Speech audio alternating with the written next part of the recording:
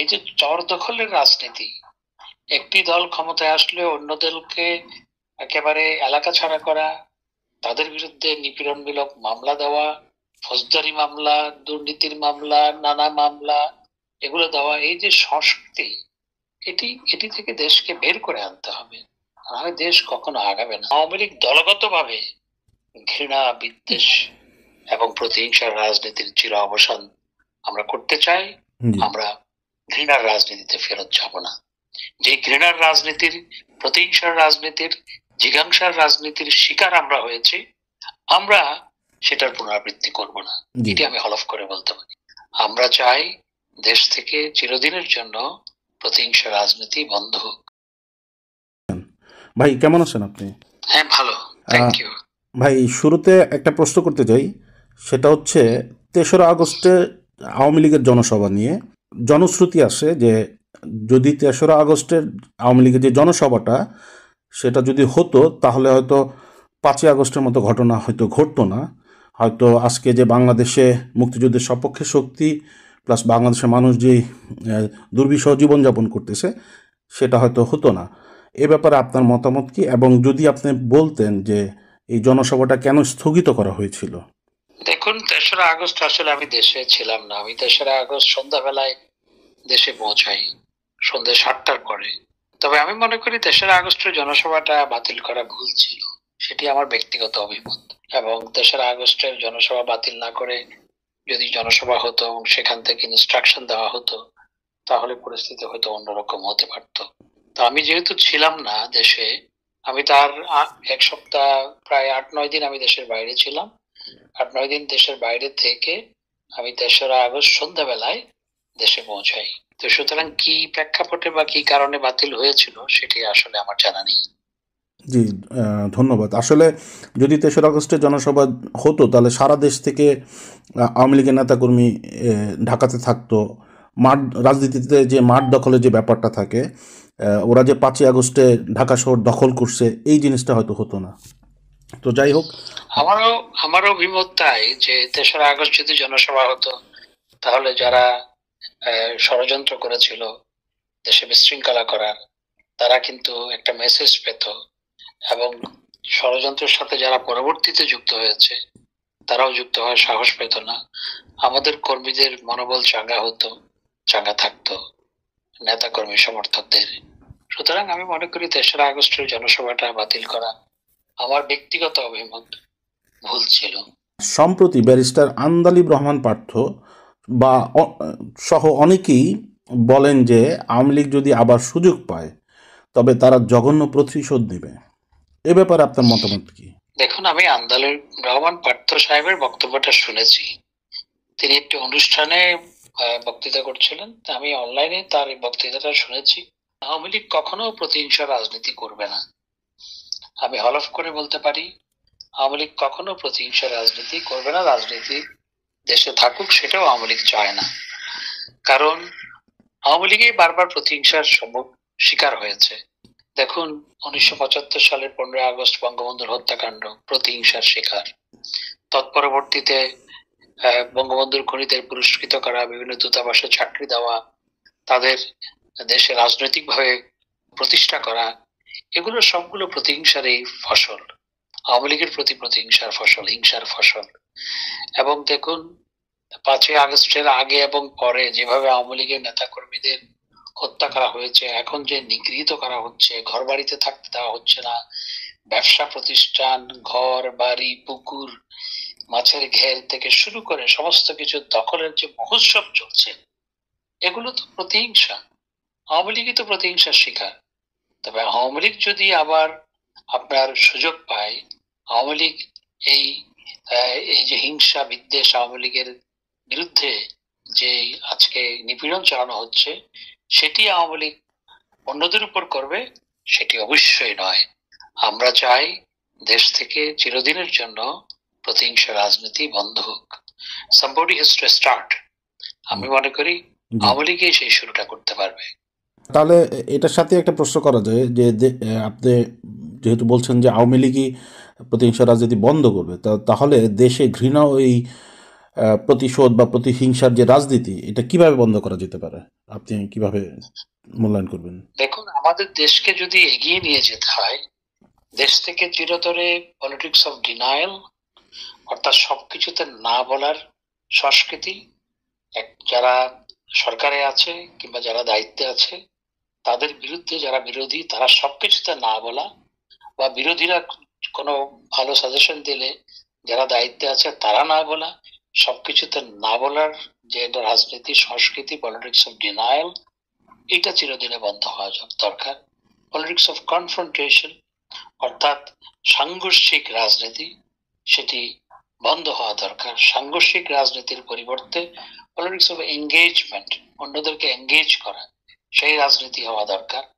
এবং politics of আমরা hatred, ঘৃণার রাজনীতি, এটি বন্ধ হওয়া দরকার। ঘৃণার রাজনীতির পরিবর্তে politics of engagement, politics of consultation, এগুলো বাংলাদেশে শুরু করা দরকার। এটি না হলে দেশ কখনো এগিয়ে যাবে না। এই যে চর দখলের রাজনীতি, একটি দল ক্ষমতায় আসলে অন্য দলকে একেবারে এলাকা ছাড়া করা, তাদের বিরুদ্ধে নিপীড়নমূলক মামলা দেওয়া, ফৌজদারি মামলা, দুর্নীতির মামলা, নানা মামলা, এগুলো দেওয়া, এই যে সংস্কৃতি, এটি থেকে দেশকে বের করে আনতে হবে, নাহলে দেশ কখনো আগাবে না। এবং এই যে হিংসা বিদ্বেষ আজকে সমাজের রন্ধ্রে রন্ধ্রে যেভাবে ছড়িয়ে পড়েছে, মানুষ কেউ কাউকে মারলে মানুষ সেখানে এগিয়ে যায় না, বরং ভিডিও করে।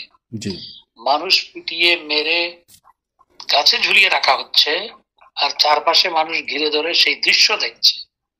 এটি তো কোন একটি কাককেও যদি আপনি মারেন, দেখবেন চারিদিকে কাক এসে সেটার প্রতিবাদ করে।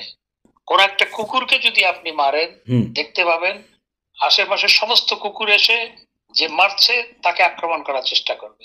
আর আমাদের দেশে মানুষ পিটিয়ে হত্যা করে ঝুলিয়ে রাখা হচ্ছে, অন্যরা সেগুলো সেই দৃশ্য দেখছে। এই যে সমাজ আজকে এই পর্যায়ে চলে গেছে যে পশু পাখির মধ্যেও যে দয়া মায়া আছে, সেটিও যে অনেক ক্ষেত্রে আমাদের কাছ থেকে হারিয়ে গেছে।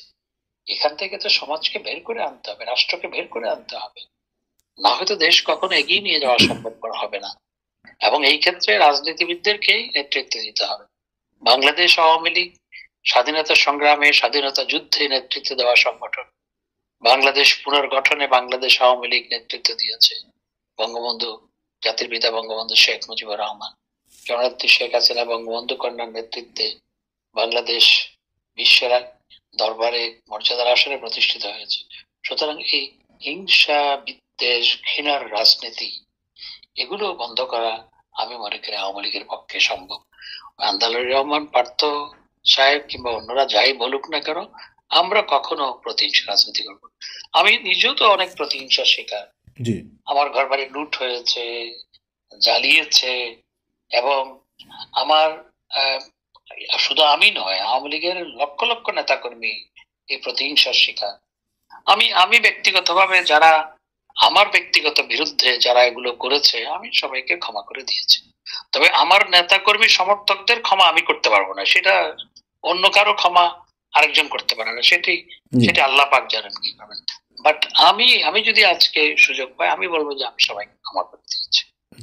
সুতরাং আমি মনে করি এই যে politics of denial, politics of confrontation, politics of hatred, এটি বন্ধ করার ক্ষেত্রে আওয়ামী লীগই নেতৃত্ব দিতে পারে। ধন্যবাদ আপনাকে। আপনার কথা একটা ব্যাপার খুবই স্পষ্ট, সেটা হচ্ছে যে বাংলাদেশের মানুষের মানবিক মূল্যবোধের অনেক ঘাটতি হয়েছে, যার ফলশ্রুতিতে আমরা মব ভায়োলেন্সের নামে মানুষ পিটে হত্যা, এগুলো আমরা দেখছি 2025 সনে এসেও। তো আমার প্রশ্ন হচ্ছে একটা, সেটা হচ্ছে যে আওয়ামী লীগ তো গত 16 বছর ক্ষমতায় ছিল, তখন মানুষের মানবিক গুণাবলীর উন্নয়নের জন্য আওয়ামী লীগ কী কী পদক্ষেপ নিয়েছে?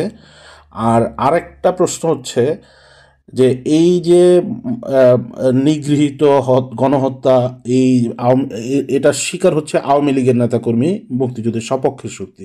তো আওয়ামী লীগ তো অনেক একটা বড় রাজনৈতিক সংগঠন।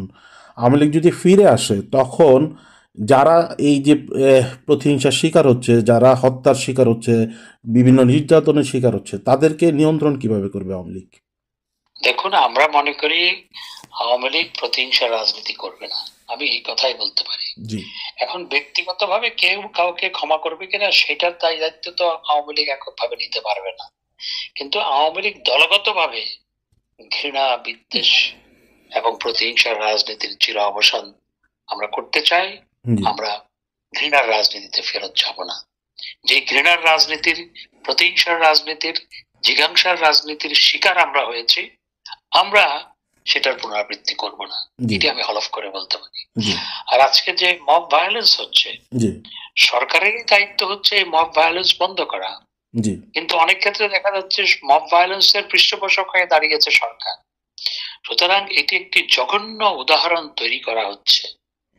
এই মব ভায়োলেন্স ভবিষ্যতে যে কার উপরে ফেরত আসে, যদি বন্ধ করা না হয়, সেটা বলা মুশকিল। মনে রাখতে হবে, পৃথিবীর কোন সরকারই শেষ সরকার নয়।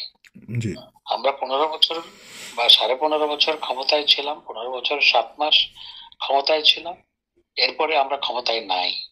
সুতরাং যারাই যখন ক্ষমতায় থাকুক, একসময় সেটির পরিসমাপ্তি হবেই। সুতরাং এটি মাথায় রেখেই আমি মনে করি সবাইকে পথ চলা উচিত। জি আজকে যে মব ভায়োলেন্স করা হচ্ছে, এটি যদি বন্ধ করা না হয়, এই মব ভায়োলেন্স কিন্তু ফেরত আসবে। তার উপর ফেরত আসবে সেটি ভবিষ্যৎ বলে দিবে। আমরা চাই না এই মব ভায়োলেন্স ফেরত আসুক বা এই মব ভায়োলেন্স হোক। ধন্যবাদ। জি আপনাকে ধন্যবাদ। বাংলাদেশে চলমান যে গণহত্যা হচ্ছে এটা সম্পর্কে আপনার মন্তব্য কি? হত্যার রাজনীতি এখন তো, আগে তো হত্যা হতো গুলি করে কিংবা রাতের আধারে, এখন তো প্রকাশ্যে পিটিয়ে হত্যা করা হচ্ছে। এটি তো আফ্রিকার জঙ্গলও এরকম হচ্ছে না। এগুলো জাতি হিসেবে আমরা অত্যন্ত দুর্ভাগা। আজকে পৃথিবীতে মানুষ জানে যে বাংলাদেশে মানুষ পিটিয়ে হত্যা করে গাছে ঝুলিয়ে রাখা হয়, ইলেকট্রিক পোলের সাথে ঝুলিয়ে রাখা হয়, যেখানে কোনো কুকুর বিড়ালকেও হত্যা করে এভাবে ঝুলিয়ে রাখা হয় না। এই যে দৃশ্যগুলো বিশ্ববাসী দেখছে, আজকে জাতি হিসেবে আমরা কোথায় গেছি, এটি ভাবতেও তো লজ্জা লাগছে। হুম সুতরাং এগুলোর চিরদিনের বন্ধ হওয়া প্রয়োজন, চিরদিনের জন্য এগুলো বন্ধ হওয়া প্রয়োজন। জি এবং যারা দায়িত্বে আছেন তাদের দায়িত্ব হচ্ছে এগুলো যারা করছে বা করেছে তাদের বিরুদ্ধে ব্যবস্থা গ্রহণ করা। কিন্তু দুঃখজনক হলো সত্য, ব্যবস্থা গ্রহণ করার পরিবর্তে আমরা দেখেছি ইন্ডেমনিটি দেওয়া হয়েছে। এগুলো কোনো বিচার হবে না, সেই ইন্ডেমনিটি দেওয়া হয়েছে, যেটি অত্যন্ত দুঃখজনক, যেটি জাতির জীবনে যেমন কালিমা লেপন করেছে জাতির ইতিহাসে, ঠিক তেমনি এগুলো ভবিষ্যতের জন্য জঘন্য উদাহরণ সৃষ্টি করেছে, যেটি জাতি হিসেবে ভবিষ্যতের দিকে, সামনের দিকে এগিয়ে যাওয়ার ক্ষেত্রে প্রচন্ড অন্তরায়। জি ধন্যবাদ। হ্যাঁ আপনি যেহেতু বলছেন যে আওয়ামী লীগ যদি আবার সুযোগ পায় প্রতিহিংসা রাজনীতি করবে না, কিন্তু এই যে গণহত্যা হচ্ছে, এই যে মাস কিলিং হচ্ছে, যেগুলো ফৌজদারি অপরাধ, এগুলোর বিচার কি আওয়ামী লীগ করবে? অবশ্য বিচার তো অবশ্যই করা প্রয়োজন। প্রতিহিংসা সেটা ভিন্ন জিনিস, সমস্ত হত্যাকাণ্ডের বিচার তো অবশ্যই হওয়া প্রয়োজন। সেটা তো বিচার, জি বিচার যদি করা না হয় তাহলে তো এগুলো সবসময় হতে থাকবে।